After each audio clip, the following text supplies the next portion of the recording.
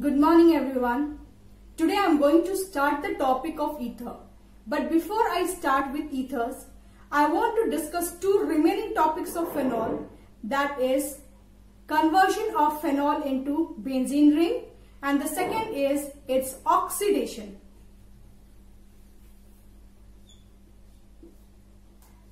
So phenol, in presence of zinc dust, when it is heated, it forms benzene ring and zinc oxide. This you have already studied in class 11th. The second reaction is oxidation reaction. So phenols are oxidized in presence of chromic acid, and chromic acid is formed by reacting a dichromate with conc H2SO4. So the combination of a dichromate and conc H2SO4 forms chromic acid, and chromic acid can oxidize phenol to conjugated diketone. This is conjugated diketone, and the name of the compound is benzoquinone. When phenols are exposed to air, the color of phenol becomes dark. The reason is they get oxidized in presence of air to form quinones, and that is why the color changes to dark. So what is chromic acid? Chromic acid is H2CrO4, and it is formed by reaction of a dichromate with concentrated sulfuric acid. So this was the remaining topic. Now I am going to begin with ethers. Ethers. Ethers are organic compound formed by replacement of a hydrogen atom of alkane by alkoxy or aryloxy group. So first of all, you have to understand what is an alkoxy group. OR, this group is known as alkoxy group. This R could be any of the alkyl, it could be any of the alkyl group. It could be a primary, secondary, or even tertiary. But when you have a benzene ring in place of R, it is called aryloxy. Derived from aryl compound and derived from alkyl compound. So alkoxy or aryloxy. Suppose you have this one, this is an alkane. When you remove a hydrogen atom, it becomes CH3, and in place of hydrogen atom, OR is added. This class of compound is known as ether. Similarly, if in place of hydrogen, aryloxy is added, this is also an aromatic ether. So now you have come to know that how ethers are formed and what are ethers. Now we will see what types of ethers. There are two types of ethers. Next topic is types of ether. Types. So there are two types of ethers. Symmetrical ether. Symmetrical ethers are also known as or simple ethers. What are simple ethers? When both the alkyl groups present or bonded to oxygen are same, then it is known as symmetrical ether. But all the time it is not necessary that both the alkyl groups will be same. They can also be different. Then those type of ethers in which both the alkyl groups or aryl groups are different is known as unsymmetrical ether. Unsymmetrical or mixed ether. So what are unsymmetrical or mixed ether? When we have both the alkyl groups as different. So what can be the example of this one? Suppose you have it on the one side you have got methyl group, on the other side you have got an ethyl group. So this is an example of an unsymmetrical ether. Whereas if you have on both the sides you have got an ethyl group, this is example of a symmetrical ether. So the name is ethoxyethane and this is methoxyethane. I will discuss about nomenclature now. I hope this part is clear to you. But before I come to nomenclature, I will discuss about the structure of ethers. What is the structure? I will take example of methoxy ether. We have already discussed about structure of alcohol and phenols. So this is a continuation of that part. So you have got CH3 on this side.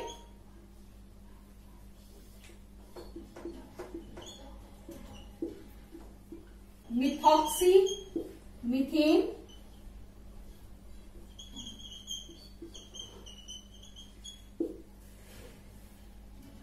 And 41 picometer is the bond length between oxygen and carbon. Both the sides similar.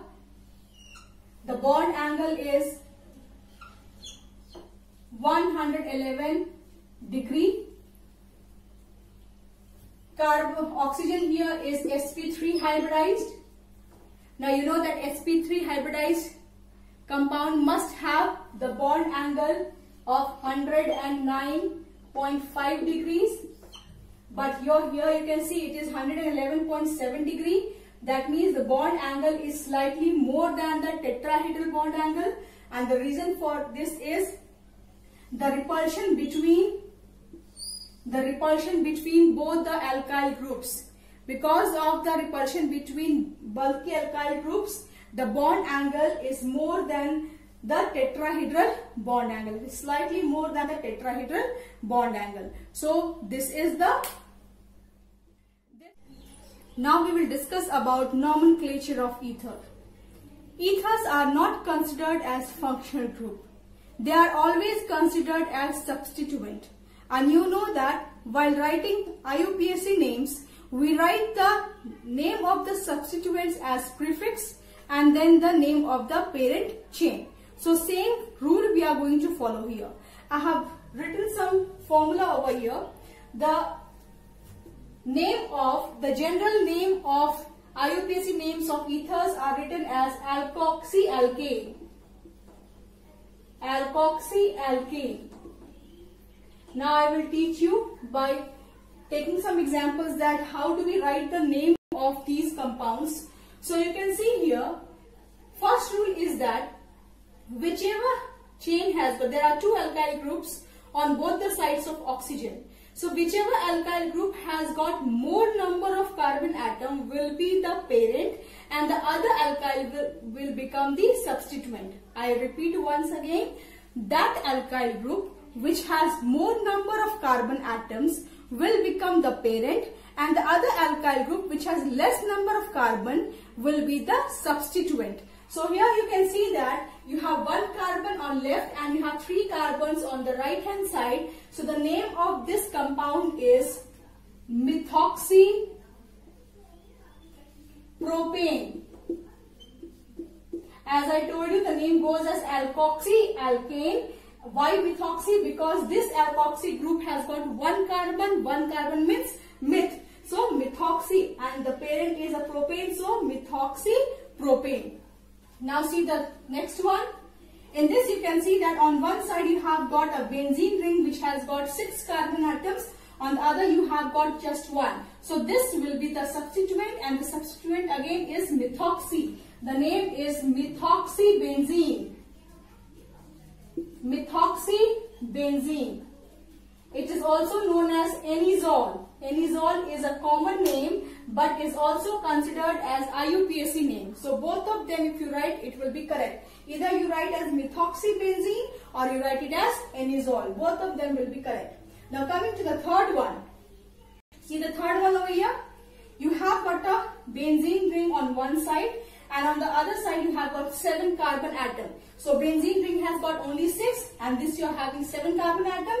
So this is going to 7 carbon atom heptane is going to be the parent and benzene is going to be the substituent. So whenever benzene is written as substituent, we call it as phenyl. We don't name it as benzene, we call it as phenyl. So the alkoxy group allyxy group derived from benzene will be known as phenoxy. So the name of the compound will be phenoxyheptane. Phenoxyheptane. Now come to this one. This has again, on left you have 1 carbon atom, on the right you have got 3 carbon atom. And so propane will be the parent and methoxy will be the substituent. But 1, 2 and 3. Methoxy is present on second carbon of the propane chain. So the name will go as 2-methoxypropane. So this is the name of the compound, 2-methoxypropane. So what you have to keep in mind is that ethers are always considered as substituent. They are not considered a functional group. Second thing you have to keep in mind is that whichever alkyl group has got more number of carbon atom will become the parent, the other one will become the substituent. The name of the substituent is written as suffix and then you write the name of the parent. When you have got benzene ring as the substituent, we call it as phenyl. So the substituent derived from phenyl is known as phenoxy. So the name of the compound is phenoxyheptane. You can also write as 1-phenoxy, 1-heptane or 1-phenoxyheptane. It's the same thing because the first carbon is only attached to the substituent over here. And this, the last one, 2-methoxypropane. So by using these rules, you can practice more of the... Now we will study about preparation of ethers. There are 2 methods that you have to study. One is dehydration of alcohols. So let us focus now on the first method. Dehydration of alcohols. When primary alcohol, take as example, primary alcohols are heated in presence of sulfuric acid, called sulfuric acid. So both of them, there are 2 paths it can follow. The path chosen depends upon, so the path favored, it depends upon the temperature. If the temperature is 413 Kelvin, then ether is formed. So what you will get is CH3, CH2O, CH2, CH3. That you are getting a symmetrical ether here and name of the ether is ethoxyethane. But if the temperature is higher, 443 Kelvin, then instead of getting the ether, you will get an alkene. You will get an alkene. So the product favored depends upon the condition of the reaction. If the temperature is lower, then ethers will be formed. But if temperature is higher, alkene will be formed. Elimination reaction will take place. So now we are going to see the mechanism of the reaction, and this is how an ether can be prepared by dehydration of alcohol. Another thing that you have to keep in mind is that we can only use your primary alcohol is used. If we use secondary and tertiary alcohol, we will not get the desired product because the reason is the mechanism followed. You know that primary alcohols can undergo SN2 mechanism very well, and that is why when SN2 pathway is followed at 413 Kelvin, we get the product as symmetrical ether. But if we use secondary or tertiary alcohol, SN2 mechanism will not be followed. Instead, SN1 mechanism will be followed, and you will have a different product than the desired one. So we will focus on the mechanism now. I'm going to write on the mechanism of dehydration of alcohol at 413 Kelvin. Let us see the mechanism. It is similar to what we have done for dehydration of alcohol. Mechanism. The first step of the mechanism is formation of protonated alcohol. You know what a protonated alcohol is? An alcohol to which one more proton is added. So, the alcohol that I had taken was ethanol. Ethanol, oxygen has got 2 lone pairs, and this is the H+ that we have got from the acid which is used as a catalyst. The catalyst uses concentrated sulfuric acid, and you know how the lone pair will be transferred over there. and this will form protonated alcohol. So you have got one more hydrogen atom attached to the oxygen, and this is what a protonated alcohol is. In the second step is SN2, it follows SN2 pathway. So next step is SN2 attack of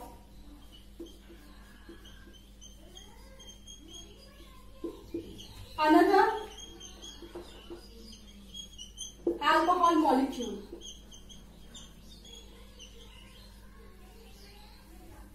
On this protonated alcohol. So you know that alcohol can also act as nucleophile because of the presence of these lone pair of electron. So alcohol, another molecule of alcohol will show SN2 attack, that is backside attack on this protonated alcohol. So see how the mechanism proceeds. This is another molecule of ethanol that I have taken. Then this is the protonated alcohol. So see how the attack will take place. Attack will take place on this carbon from the rear end, that is from back side, and the cleavage of carbon and oxygen bond will take place. I repeat once again, another molecule of alcohol acting as the nucleophile, which is attacking from back side to the carbon, which is attached to oxygen over here, and the formation and breaking of bond will take place over here, and this hydrogen is attached to the oxygen. This hydrogen is attached to the oxygen over here, and then this part I'm going to write CH2, CH3, and along with this water molecule has been removed and a plus charge on oxygen. So this is the second step of the mechanism. The third step I'm going to write now. The third step is deprotonation. Deprotonation means removal of proton.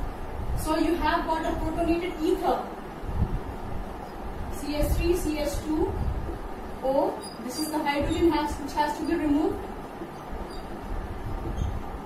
So you can see what is this? This is protonated ether. In the first step you had protonated alcohol. This is protonated alcohol. This is protonated ether. Now the removal of proton will take place. This hydrogen will leave its electron and will be eliminated. So what you get is CH3, CH2, O, CH2, CH3. You have got the product, the ether and H+. Hydrogen ion is again eliminated over here. You can see that it is acting as a catalyst. It has not been consumed in the reaction and is recovered in the last step. So this is the mechanism of formation of ether by dehydration of alcohol. When you compare it to the dehydration of alcohol to form an alkene, when you compare it, the first step remains the same, formation of protonated alcohol. In the second step, only second step is different. In formation of alkene, what happens? Formation of carbocation takes place, and the last step was deprotonation. But in this case, the second step is SN2 attack of another alcohol molecule on the protonated alcohol, and this is what the mechanism is.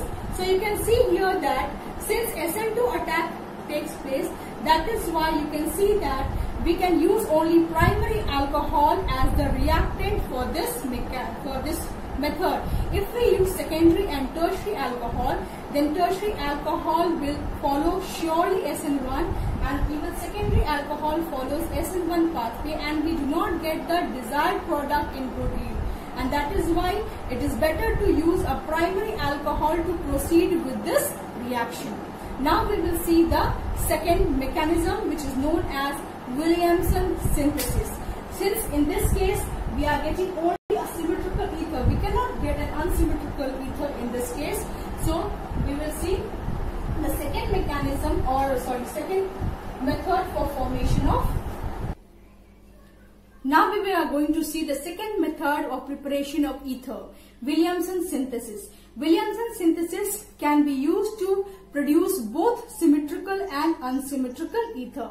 So this makes Williamson synthesis more important than the first method, because first method was restricted for formation of only symmetrical ether, but this can also be used for preparation of unsymmetrical ether. So we will see what is Williamson synthesis. In Williamson synthesis, an alkoxide ion, this is sodium alkoxide, reacts with an alkyl halide to form ether and NaX. Now, the alkyl groups can either be same or they can be different. I have written here as both of them same. When we use the same alkyl group over here in the alkyl halide and alkoxide ion, then we will get a symmetrical ether. But if we use a different one, now you can see that both the alkyl groups are different, then we will get the unsymmetrical ether. So the choice depends on us whether we want to prepare a symmetrical or an unsymmetrical. Now again you will see the mechanism. It also follows SN2 pathway. Again it will follow SN2 pathway. What another point you have to keep in mind is that R of alkyl halide must be primary, because the backside attack of this alkoxide ion takes place on Rx and it follows SN2 mechanism. So if we will keep this as secondary or tertiary, then we will not get the desired product because SN2 mechanism will not be favored. Now we will see how it takes place. We are going to see the mechanism. Again, you look over here. The backside attack takes place and this X will be eliminated and the product will be R, O, R dash and NaX. So the backside attack, that is SN2 pathway, is followed. Now what will happen if this R will be secondary or tertiary? If R is secondary, then you will get a mixture of alkene plus ether, because SN1 because elimination will be favored. But if R is tertiary, then only alkene you will get. Now you can see that why it is so. It is so because this alkoxide ion is also a strong base. When we were doing elimination reaction, you can see that alkoxide ion is a strong base.